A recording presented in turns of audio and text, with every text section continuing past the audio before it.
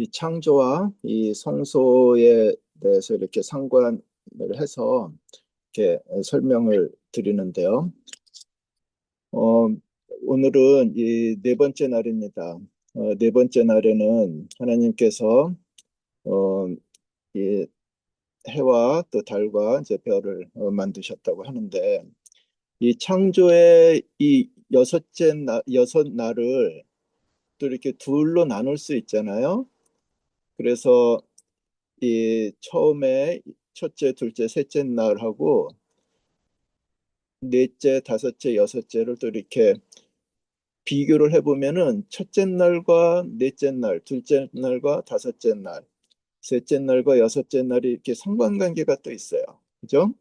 그 첫째 날에는 하늘과 땅과 또 빛을 만드셨는데, 넷째 날에는 또 빛의 그 구체적인 실물인 그 해와 달과 이렇게 별을 만드셨잖아요.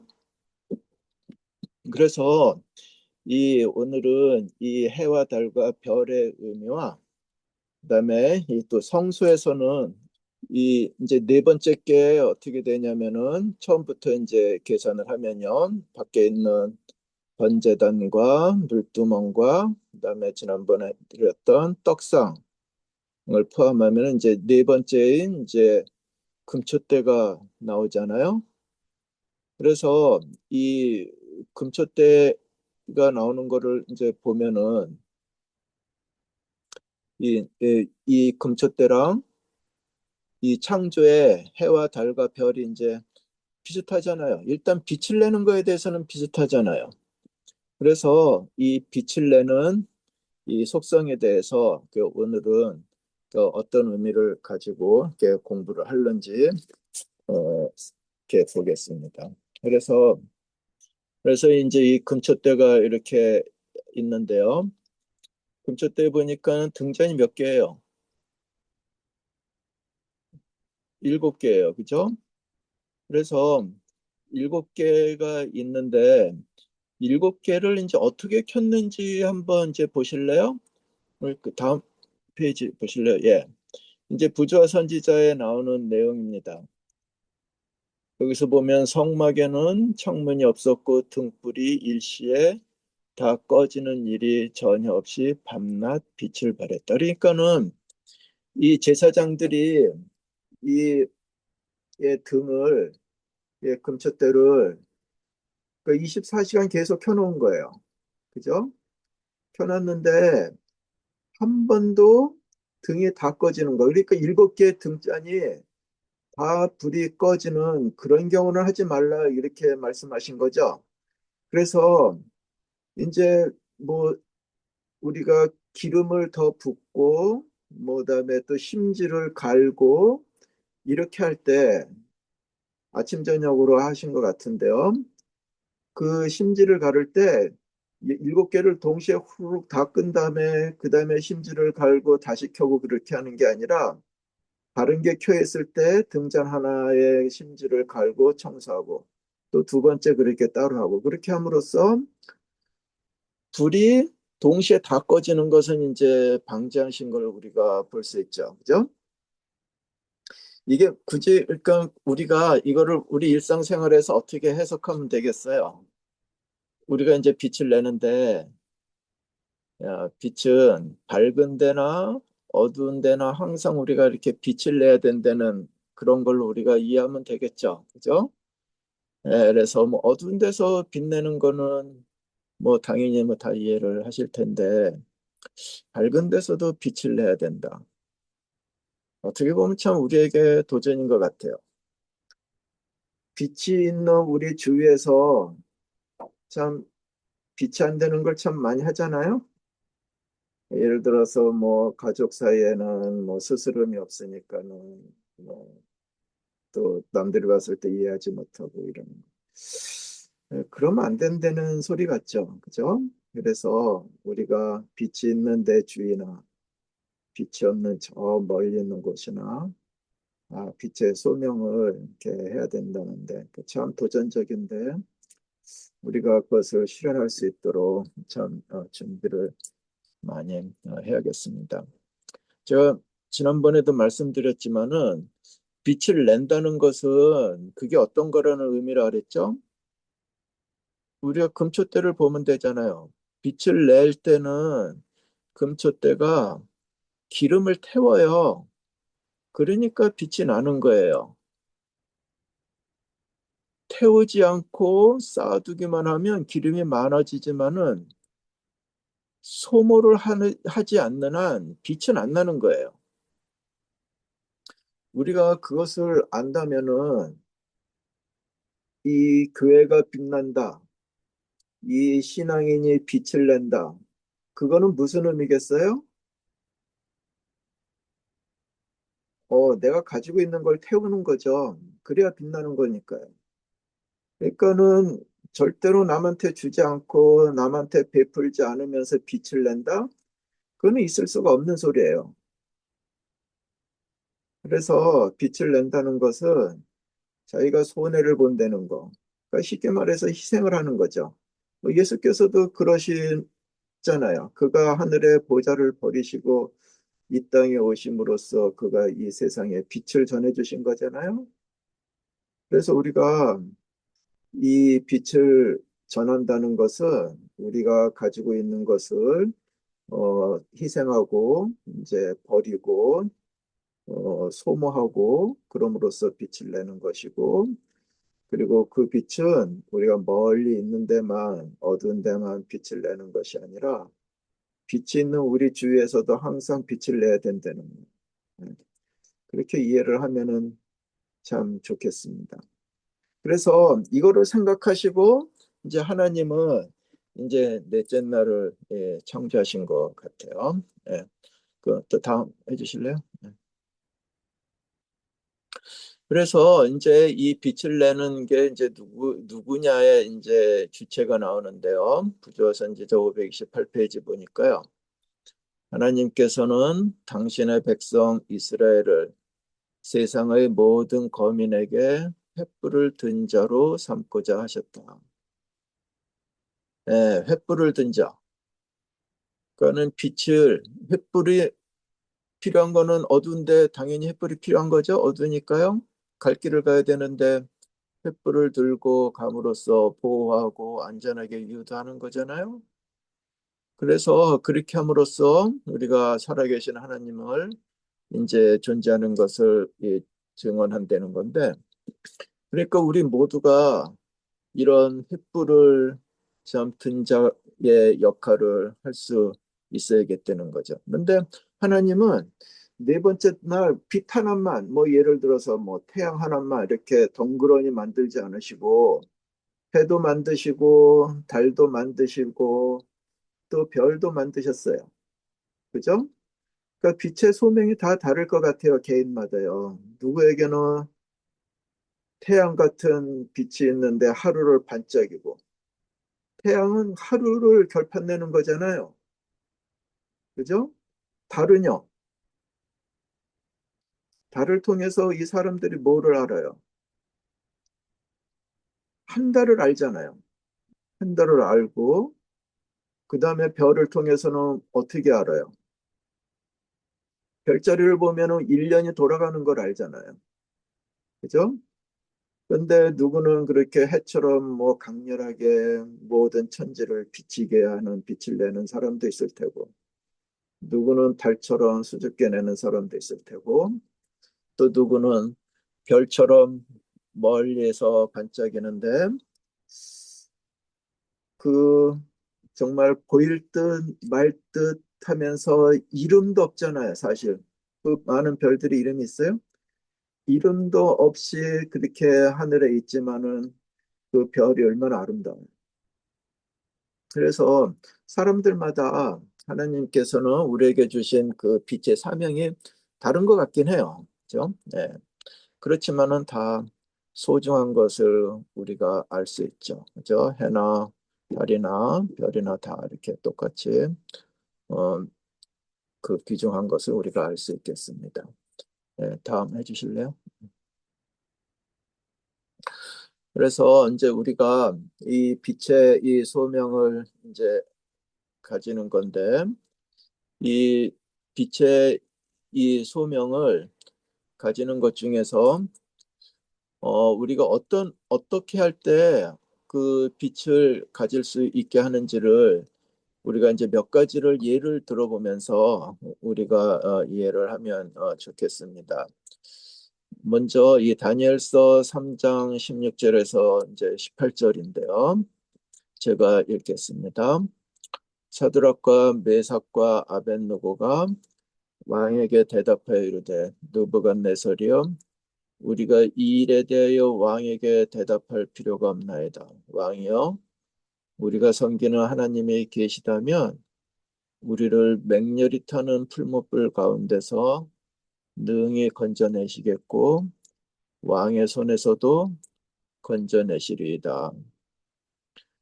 그렇지 아니 그렇게 하지 아니하실지라도 왕이여 우리가 왕의 신들을 섬기지도 아니하고 왕이 세우신 금신상에게 절하지도 아니할 줄을 아옵소서. 그 왕의 입장에서는 굉장히 이 도전적인 말을 이 다니엘의 이제 세 친구가 해요. 그죠? 예, 무슨 의미인지 아시죠, 여러분? 그 여기서 이들이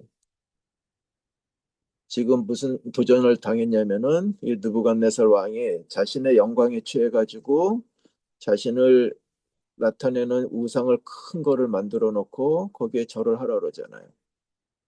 근데 이 다니엘의 세 친구들은 그 절을 할 수가 없었던 거예요. 왜 그들은 절을 안 했어요?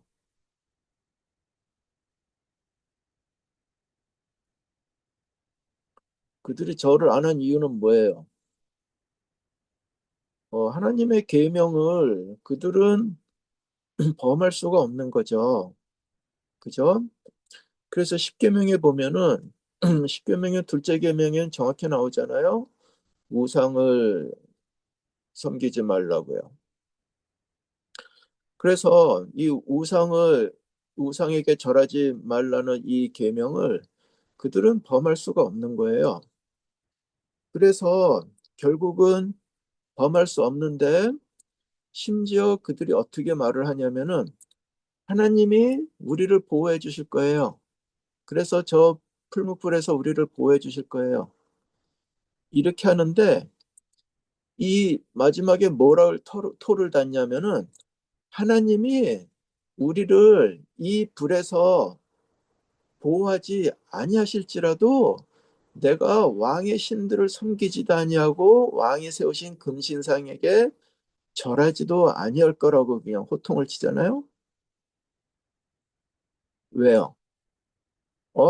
그들에게는 하나님의 말씀을 계명을 지키는 게 더 우선이었어요. 그랬을 때 결국은 그들이 뭐 꼼짝없이 뭐 묶여가지고 결국은 예, 풀무불에 들어가잖아요. 예, 그다음 봐주실래요? 예. 그래서 이제 풀무불에 들어가 보니까는 왕이 깜짝 놀래요. 그죠?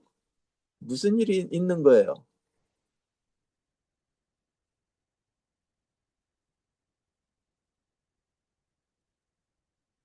여기에서 무슨 일이 있었어요?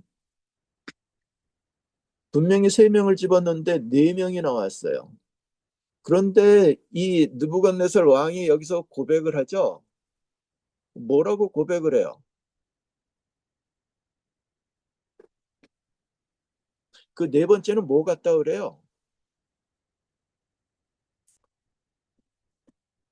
그 네 번째는 신의 아들 같다고 하잖아요. 느부갓네살은 이방 왕이에요. 그가 무슨 그 유대인의 그 포로의 종교에 관심이 있었겠어요.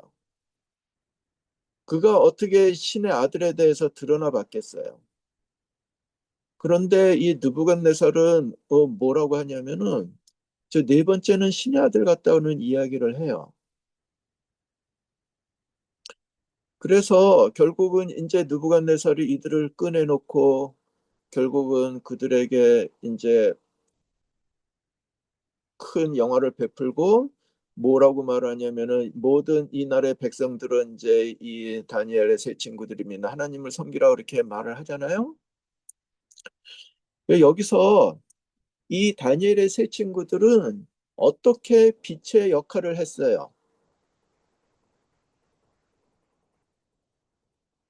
그들이 빛의 역할을 한 그 방법이 뭐였어요?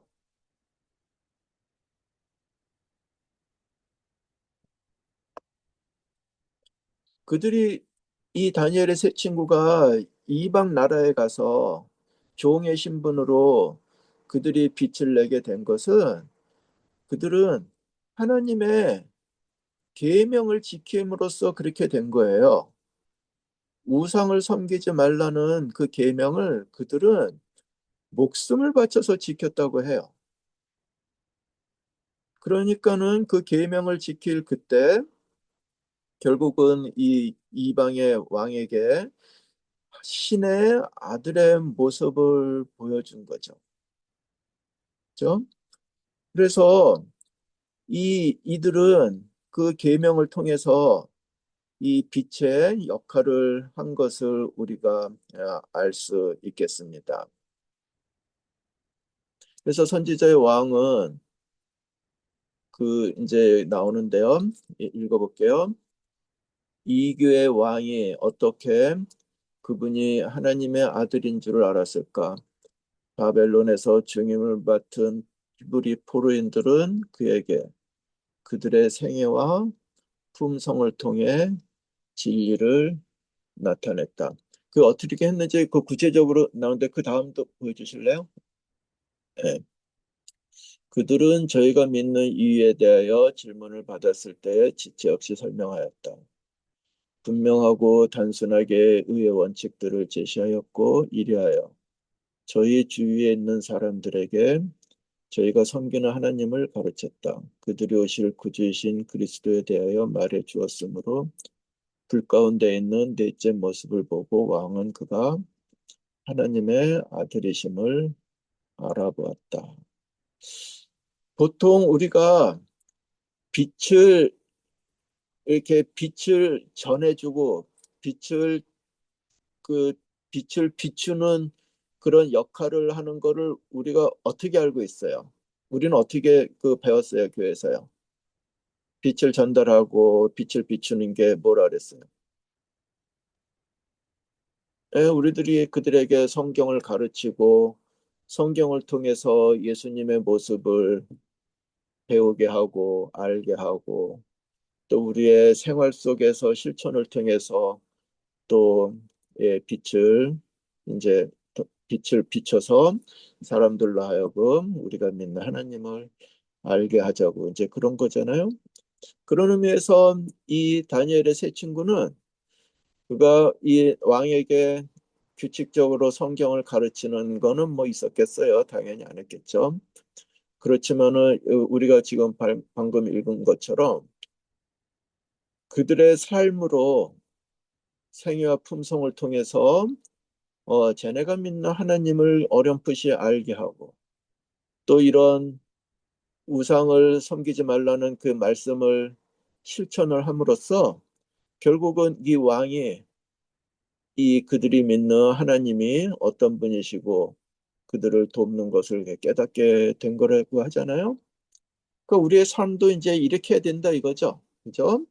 다니엘의 세 친구처럼 우리가 이 계명을 지키고 계명을 지키면서 그들에게 삶의 모습과 품성을 통해서 정말 우리가 믿는 하나님의 모습을 보여줘야 된다는 거죠.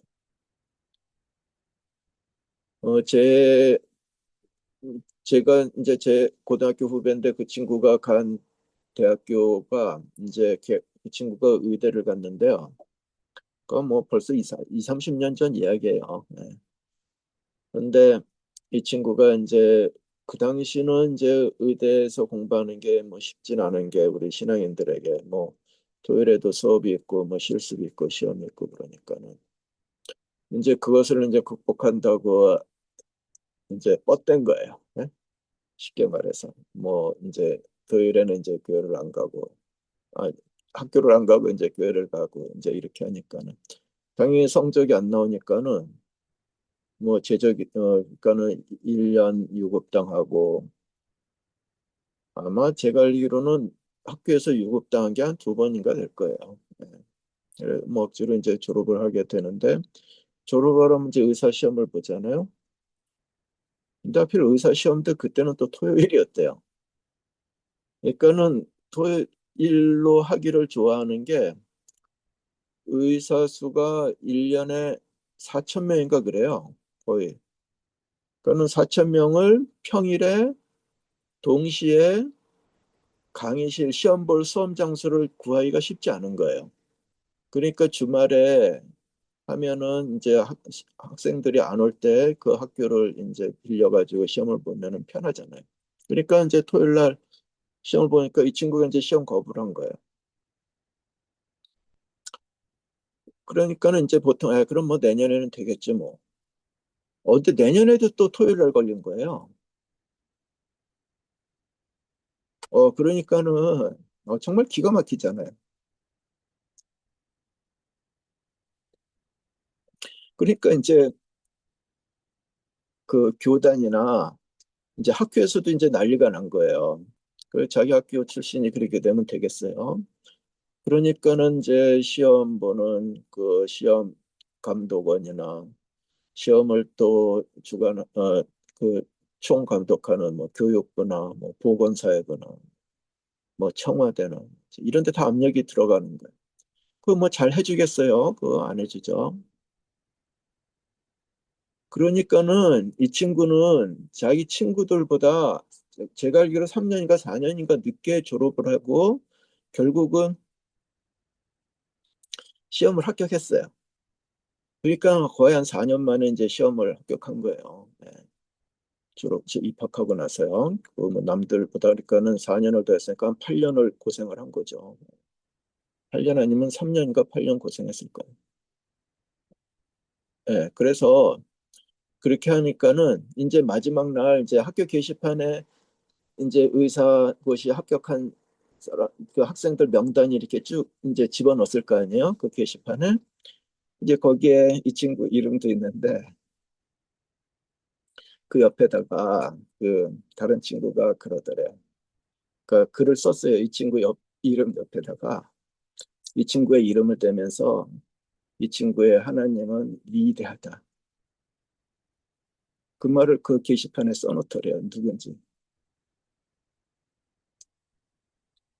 그러니까 많은 학생들이나 이 교직원들이나 사람들이 이 친구가 어떻게 하는지 이제 계속 관찰을 했던 거죠. 말은 안 했지만요. 과연 이 친구가 어떻게 할까 이런 상황에서. 그런데 이 친구가 그 포기하지 않고 자기의 신념을 그 정말 남들이 봤을 때 뭐 하찮게 생각했을 수도 있는 그거지만은 그거를 절대로 하찮게 생각하지 않고 그가 하나님이 주신 명령을 순종하고 실천하려고 했을 때 그리고 그가 그 힘들지만은 그것을 충실히 이어나갔을 때 결국은 많은 사람들이 그를 통해서 그 위대하신 하나님. 왜냐하면 하나님의 역사하시지 않으셨으면은 절대로 그가 성공하지 않았을 거라는 걸 모든 사람들이 다 아니까요. 한국 사회가 얼마나 그냥 스트릭트해요. 네. 그런데 결국은 이 모든 일이 기상천외하게 전혀 예상하지 못한 방법으로 이루어지는 것을 볼 때 그들은 그 학생을 본 게 아니라 그 학생을 인도하신 하나님을 보게 된 것을 우리가 알 수 있겠습니다. 그래서 결국은 이 다니엘의 세 친구나 이 학생을 통해서 결국은 그들이 빛의 사명을 다 했어요. 그 빛의 사명을 다 했는데 결국은 그들이 어떤 식으로까지 그 해가지고 빛의 사명을 다 한 거예요? 그들은 다른 거 아니에요. 하나님의 명령을 지키기 위해서 그들의 시간, 그들의 재산, 심지어 그들의 생명까지 그가 다 바쳐버리려고 했기 때문에 그게 가능한 거죠. 이제 이거는 이 종교 개혁 이후에 예수님께서 이제 돌아가신 이후에 있었던 건데요. 이교는 만일 복음이 승리를 얻는다면 그들의 신전과 제단은 일소되리라는 것을 예견하였다. 그러니까는 이 이교 로마나 아니면 신성 로마나 다 마찬가지인데 이 당시에 왜 그렇게 신앙인들이 욕을 먹고 박해를 받았냐면은 그 이교나 그 로마교나 이 그리스도인들이 많아지면은 그들의 수입이 줄어드는 거예요. 예? 왜냐하면 그들의 교회를 안 오고 그러니까는 그러니까 그 제사장들이나 이런 그 교회에 있는 그 성당에 있는 사람들은 어휴 수입이 줄어드니까 그게 얼마나 심각해요. 그러니까는 결국은 그런 식으로 해가지고 이제 교회를 못 가게 이제 방해를 하고 이렇게 핍박을 하잖아요. 그랬을 때 그 신앙인들이 어떻게 했는지 이제 그 다음 슬라이드 봐주실래요? 그래서 여기 보면은요, 방해를 함으로써 개신교란 이름을 낳게 했던 개혁자들은 하나님께서 자기들을 세상에 복음의 빛을 비추기 위하여 부르셨다고 느꼈다. 그리고 이 일을 행하기 위하여 그들은 자기들의 소유와 자유와 그리고 생명까지도 기꺼이 희생하였다. 빛을 내라고 하는 예수님의 말씀은 뭐 빛만 내면은 뭐 되나 보다 하는데 그 속 이면을 들여다보면요. 빛을 내기 위해서 누구는 자신들의 소유를 포기해야 되고요. 누구는 자유를 희생해야 되고요. 그리고 누구는 생명까지도 기꺼이 희생을 해야 된다는 거예요. 그래서 우리가 이 정말 빛을 낸다는 게 우리가 신앙인이라면은 예수님처럼 우리의 생명도 바칠 각오가 되어 있어야 된다는 거죠. 그죠? 그러니까 우리가 신앙생활을 하는데 교회를 오는데 교회를 가서 아 오늘은 또 무슨 즐거운 일이 있을까? 아니 무슨 교회 와서 정말 즐겁고 행복하면 참 좋은데 그 행여나 우리가 교회를 가면서 행복하지 않고 우리가 교회를 가면서 신앙을 위해서 우리의 재산을 손해보는 수가 있어도 우리의 자유가 구속이 되는 수가 있어도 심지어 교회를 다니면서 우리의 생명이 위협이 당한다 하더라도 우리는 어떻게 해야 돼요? 아, 우리는 그래도 교회를 가야 되는 거예요. 그죠? 그리고 우리는 그래도 신앙을 유지를 해야 되는 거예요. 그 얼마나 도전적인 거예요. 우리가 이런 도전적인 걸 알면은 우리의 기분을 맞추기 위해서 마치 사람들이 침묵해가는 그런 가벼운 마음으로 신앙생활을 하는 게 아니라는 것을 우리는 깨달아야 되는 거죠. 박해와 죽음에도 불구하고 복음은 원근에 선포되었다. 하나님의 말씀은 백성들에게 전달되어 높은 자나 낮은 자나 부자나 가난한 자나 학식 있는 자나 무식한 자나 모든 계급이 스스로 이것을 열심히 연구하였다. 이 대쟁투의 마지막 투쟁에 우리는 초기 개혁자들처럼 우리의 임무에 충실해야 하지 않겠는가. 예, 이게 빛의 횃불을 든 자, 예? 빛을 비추는 자, 빛의 사명을 받아서 실천하는 자들의 마음가짐인 거죠. 그죠? 그래서 우리가 이렇게 하기 위해서는 정말 우리가 이 복음을 더 연구하고 성경을 더 연구하고 그래서 마음이 뜨거워져야 이제 우리가 이런 것을 감내할 수 있고 뭐 부닥치고 뭐 도전에 응전을 할 수 있는 거죠. 이런 게 이제 신앙인이다 이거죠. 빛의 이 소명을 가진 자들이 해야 된다 이거죠. 예. 그래서 우리나라의 우리 이 신앙의 선조들, 그다음에 우리나라에 와서 외국인 우리나라에 와서 산 설고 물 설고 사람 서른 곳에 와서 당신의 말씀을 전하기 위한 그 빛의 소명을 충실히 한 사람들이 다 팔자가 폈어요? 그들이 정말 다 행복한 여생을 마쳤어요? 그런 거 아니에요. 여기 윌리엄 스미스를 보면은 이분은 공식적으로 파송된 첫 우리 교단의 선교사 중에 한 명이라고 그러시네요. 윌리엄 스미스, 저는 뭐 이름도 처음 듣는데요. 근데 이분이 처음에는 다 이렇게 뭐 진남포 뭐 이런 식으로 해가지고 북한으로 먼저 이 선교를 갔잖아요. 우리 교단도요. 그래서 이분도 거기서 이제 하시다가 결국은 그분도 그렇게 오래 살지 못하시고 돌아가셨어요. 그죠? 보니까는 이제 뭐 한 50대 초반에 돌아가신 것 같은데 하필 묘지도 이제 북한에 있어가지고 우리가 접근도 못한다고 하는데 이분이 물론 죽을 각오를 하시고 오셨겠지만은 설마 이 죽으려고 오시지 않았겠죠. 그죠? 그렇지만 그가 죽는다고 해서 또 안 오셨을 것 같은 그런 분 같지는 않아요.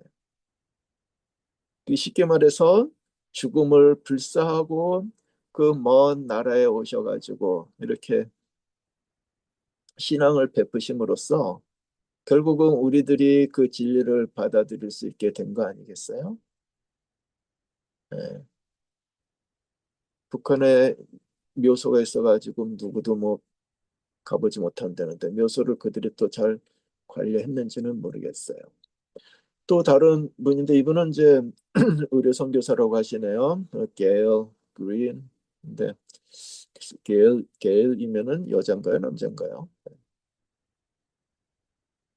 이분도 이 원산에서 이렇게 사역을 하시다가 돌아가셔서 결국은 그 지역에 묻히셔가지고 저도 이름 처음 듣는 분인데 이분도 결국은 그의 사명을 실천하시다가 그의 삶을 선교지에서 마감하신 분이십니다. 제가 파키스탄에 가니까는 거긴 이슬람 국가잖아요. 근데 거기에도 그 이 선교사들이 서양 선교사들이 오셔서 죽으신 분이 많으신가 봐요. 그래가지고 외국 선교사 묘지가 따로 있다 그러더라고요. 그 카라치예요. 예. 그 정도인데 그 옛날 선교사들은 지금보다 뭐 의료 시설이 좋지 않으니까 또 풍토병 있고 이러니까는 많이 돌아가셨잖아요. 돌아가시는 거 알아도 그들은 결국은 가서 그렇게 사명을 바치셨어요. 그래서 또 다른 분들, 뭐 찰스 버로스, 엘라 보이드 이런 분들도 뭐 저도 다 처음 들어보는 분들인데 이들도 역시 그들이 이 선교 사역을 하시다가 이렇게 돌아가시고 뭐 어디에서 돌아가셨는지 언제 돌아가셨는지도 모르지만은 결국 그들의 피로 인해서 그들의 생명으로 인해서 그 나라가 결국 진리의 씨앗이 뿌려지고 퍼져나가서 개구리까지 온 것이잖아요. 그런 그런 희생이 있어야 된다고 해요. 왜냐하면은 우리가 믿는 예수님도 그런 희생을 치르셨으니까요. 그러니까는 그런 희생을 우리가 예수님을 사랑한다고 하면은 예수님이 하신 모든 것을 따라고 간다고 하면은 그것을 감내할 수 있어야 되잖아요. 그게 그 신앙인인 거죠. 그죠? 그래서 우리가 이 참 빛의 사명을 가진다고 하는 것은 그 빛을 통해서 우리가 하나님을 보여주는 것이 궁극적인 목적인데 근데 그 방법은 뭐겠어요? 빛을 통해서 하나님을 보여줄 수 있는 방법은 그 다니엘의 세 친구처럼요. 그에게 주어진 계명을 충실히 지키는 거예요. 네? 그렇게 지킬 때, 그리고 그가 그의 삶을 통해서 꼭 가르치는 것뿐만 아니라 가르치지 못한다 하더라도 그의 삶의 생활을 통해서 보는 사람으로 하여금 깨닫게 하고, 또 그랬을 때 하나님은 그 보는 사람들에게 기회를 주시잖아요. 그것이 그냥 싹이 트이도록. 그래서 그런 기회를 통해서 결국은 그들이 믿는 하나님을 깨닫게 되는 그런 것이 이제 빛의 사명이다 이거죠. 그죠? 예. 그래서 우리는 예수 믿어서 행복하고 기쁩니다. 아멘. 그거는 다 할 수 있죠. 그죠? 뭐 그건 다 할 수 있어요. 그런데 그 다가 아니에요. 개 중에는 그렇게 생명을 바치는 경우도 있어요. 우리가 생명을 바칠 때 기뻐하면서 바칠 수도 있겠죠. 그럼 뭐 정말 쉽게 말해서 뭐 하산을 해야 할 정도죠. 예? 믿음을 더 이상 뭐 배울 믿음이 없는 상황이잖아요. 그런데 그렇지 못하고 참 슬프게 죽는 사람들도 있을 거예요. 근데 그래도 하나님은 그 눈물을 거두신다 그러시잖아요.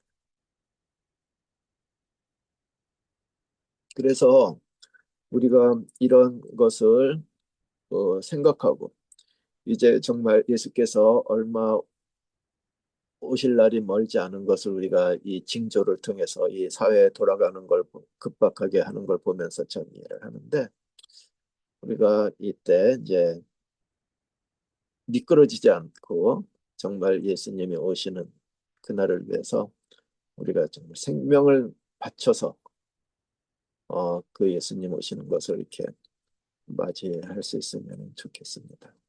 네, 감사합니다.